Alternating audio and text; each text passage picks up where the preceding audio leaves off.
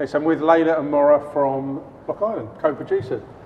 Welcome, congratulations, Leila. Thank you. Very happy to be here. So, obviously you've had some chat earlier about how this all sort of project came together. If I could start with you, Maura. Yes. How did you become involved in this project? What's your connection? How were you brought into this? I know you're part of a collective, but go back to the beginning.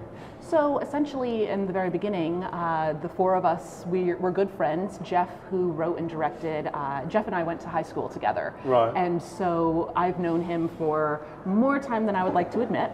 And we used to help him and encourage him when he was doing shorts and filming things when we were much younger.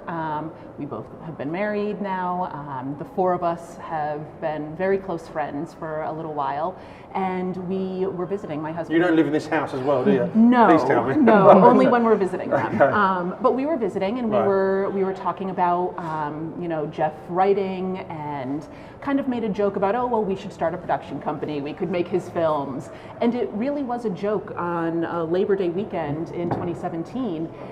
And then about a month later, he came back to us and said, guys, I think I actually have a script that I would like to do this with. And so we created Reels on the Bus, and it was because they have a little daughter named Bernie. Oh, you've been singing the song. Wheels on the Bus was a very big hit that weekend. And so jokingly, David said, well, if we make a production company, we'll have to call it Reels on the Bus. And a month later we did. And so David was the main character that Jeff was writing using their house.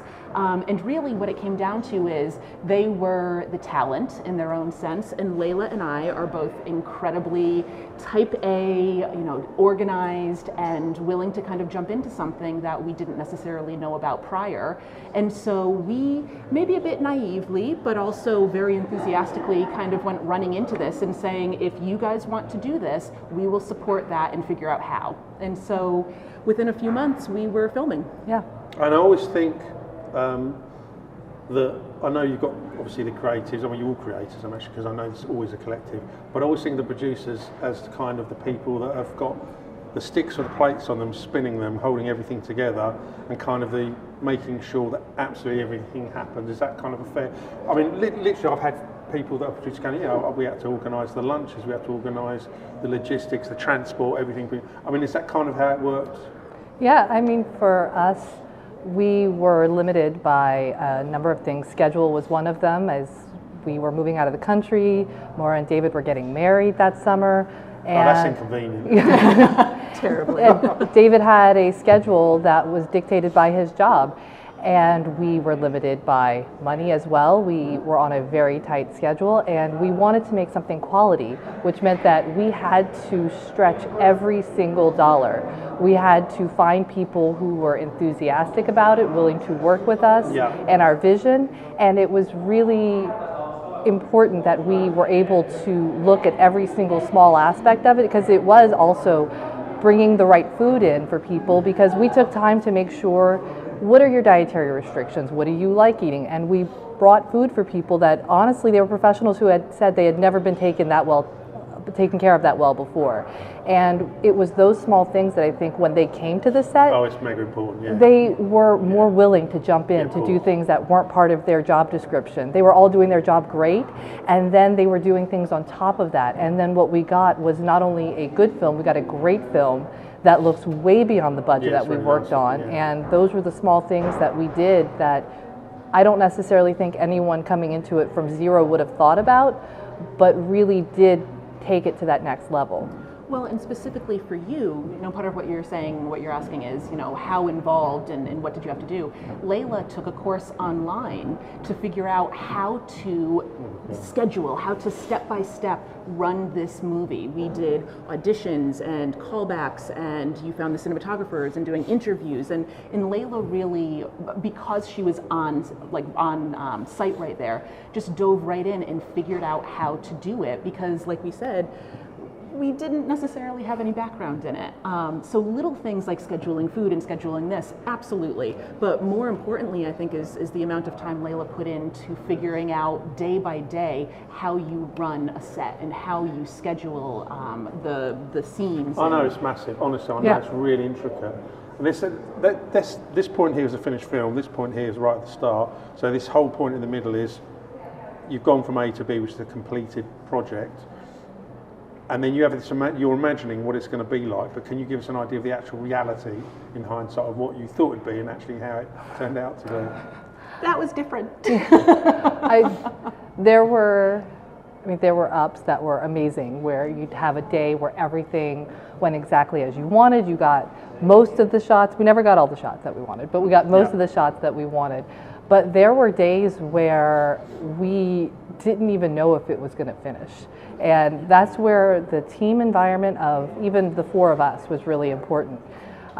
So Molly was up in New York while we were up at down in DC, and there were times where I would need to call her just to figure out logistics of things. And if one of us, the great thing about being four, if there was one of us down, the other three were there to pick you back up and say, no, this is what we can do. We're ready to do this and we're ready to do that.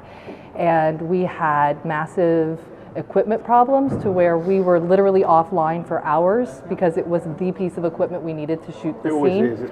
It's typical, isn't it? And we had our production assistant go up to Maryland, which, if you're not familiar with the geography, it's basically all the way around DC from where we were. She picked up the equipment on the way back. She got a flat tire. I mean, it was just one of those things where we couldn't move forward without it. And we just sat around, and it was the scene that we had already had trouble doing the first time we were going around because the same piece of equipment wasn't working. And so I think we've agreed we're never going to have a scene 30 again. I mean, because that would 31. Because scene 30 just was 30 is the boogeyman thing. It was It got just pushed all the way to the final weekend. I know, It just every day got pushed. Yeah, and I think also when some of the things that we had to be creative about was that we had to look at time and money, and there were times where we knew we had only certain people for certain days, so we split up scenes to where on one week it was just the one actor, and we didn't film the reverse until a month later. So you have actors who are acting against nothing, and we're having to recreate these scenes. But that is painful. Yeah, but it was great because everyone was really looking for every single small thing to make it fit together, and those were the small creative solutions that we had to come up with for those moments where you're wondering, is this even going to get finished? Because if we don't have this, then there's no movie. So were there genuinely any sleepless nights where you were thinking, what the hell are we doing? I mean, it's just... Are we going to carry on with this? No, I don't think there was ever a point where we actually said, it won't. But I think there were definitely sleepless nights in what have we gotten ourselves into, and how much is left, and are we going to be able on our pickup weekend to finish these things? And for poor Jeff, who this is his baby through and through, I can't imagine, going to bed every night wondering, like, did that work? And what does tomorrow bring? And I think especially because we didn't necessarily have the experience behind us, it's a lot easier to second guess yourself and to doubt. But like Leila said, that was what was so nice about having the group dynamic is when you had those moments, you had three other people to rally behind you and to lift you up when you needed it. I could say I think the one moment where we were kind of wondering what we got ourselves into is the night before shooting started, and we realized this that Jeff, is the very first. We realized we'd actually never seen David act before.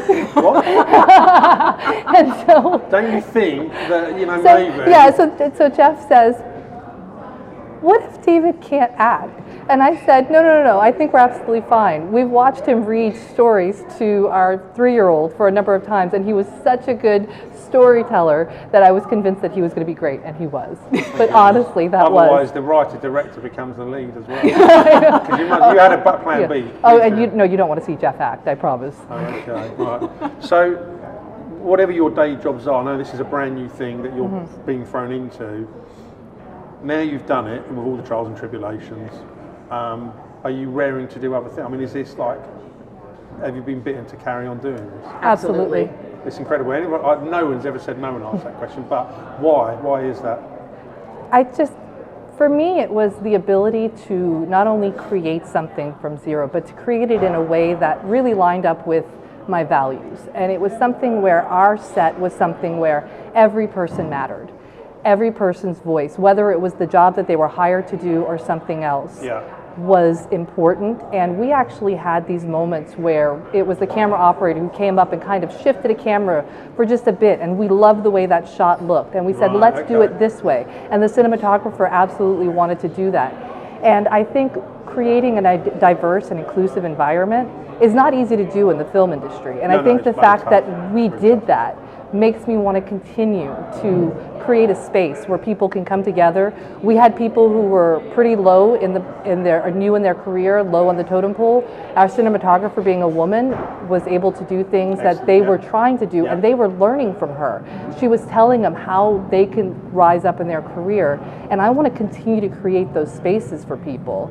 And when you're looking, as an example, I don't know, maybe the editing or the cinematography, you're looking at ever thinking, that looks really interesting, I'd really like to have a go at that. Because it can easily rub off, can't it? Oh, absolutely. Oh, I think so. I think so. I think it also, I really respected how much experience she had, because as much as every so often you pick up a camera or an iPhone and you try to frame things and film them, with the ease with which she was able to pick up something and make something look beautiful, I understood how great it was. And even though I think I'd like to try to step into it, I recognize that's a talent. That's a talent. In and of itself. Yeah. But one of the things you said, and I think which is so important, we are both feminists. You are raising a little daughter, and we want her to be empowered in the same way that we feel at this stage. And I think part of what was so important for us, and Leila as well, is the fact that our cinematographer was a female, our editor was a female, our cast was 75% female. Our crew was,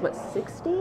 Something like that. And our cast actually was going to be less female, but there was a character who was supposed to be male. And the strength of the actors that we saw, we were going to have to pass on one woman, and we liked her so much that we went back and changed it to a female to then bring in the best talent that we could find. I mean, honestly, I can say, I don't know the splits, I would say that I've spoken and met on the producing side, probably more women than men. It's quite uncanny. And this is a positive one, but as I say, they seem to be, certainly, using myself as an example, so good at organising things like this. They have this natural affinity. I don't know what it is, but they really do seem to know where everything needs to go. And it's brilliant. And I know jokingly I said about the power on the throne, but actually, it gets back to what I said earlier, because really the buck kind of stops with, I know you mentioned about the money, for argument's sake, the budget was $10, right? You've got to stick to that, whatever come hell or high water, and that is a really seriously difficult thing, because things happen. I know you said about, there might be, I don't know, a storm, or I think you said sequence 30 became a bit of a nightmare, but genuinely they may push you over, but I don't know, right? But how do you keep control of all that? I mean, how do you be really fiscally aware? Well, I think part of it is that understanding budget means that you leave space in the budget for overages. So you did have a contingency. Yeah, I mean, we very much said this is where we want to be, understanding that there will likely be an overtime day. Yeah. There will likely be other things that come up. We budgeted to have money for post-pro as well. I mean, these were things that just in a day-to-day, we're both pretty strong budgeters. So, and one of the things you do learn when you're trying to gain the experience, with the online, with learning how to do these things, is that there's always unexpected costs. And if you're not planning for the unexpected costs, then you're doing your film a disservice. Yeah, and it's going to come back to bite you, because things, and I used this line yesterday, men plan and God laughs, because things happen and go wrong that you can't sort of account for. Well, and that's life. Right. You know, that's everyone life. should have an emergency fund. Everyone should have some kind of savings in that sense.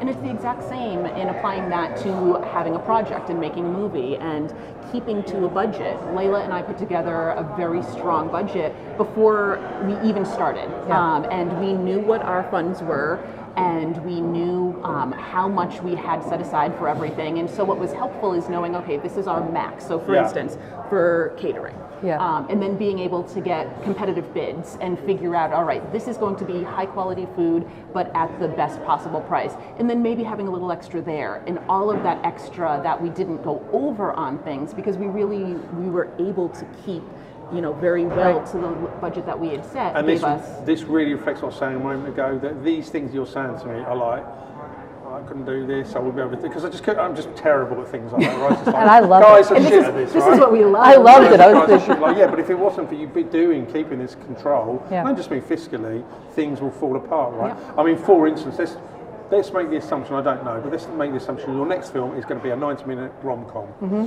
So structurally, it's going to be, I don't know, similar runtime, maybe you'll have the same crew, I don't know. But what have you learnt doing this that you know that will affect in a positive way what you can do on the next film? I think we'd have less shots in one day.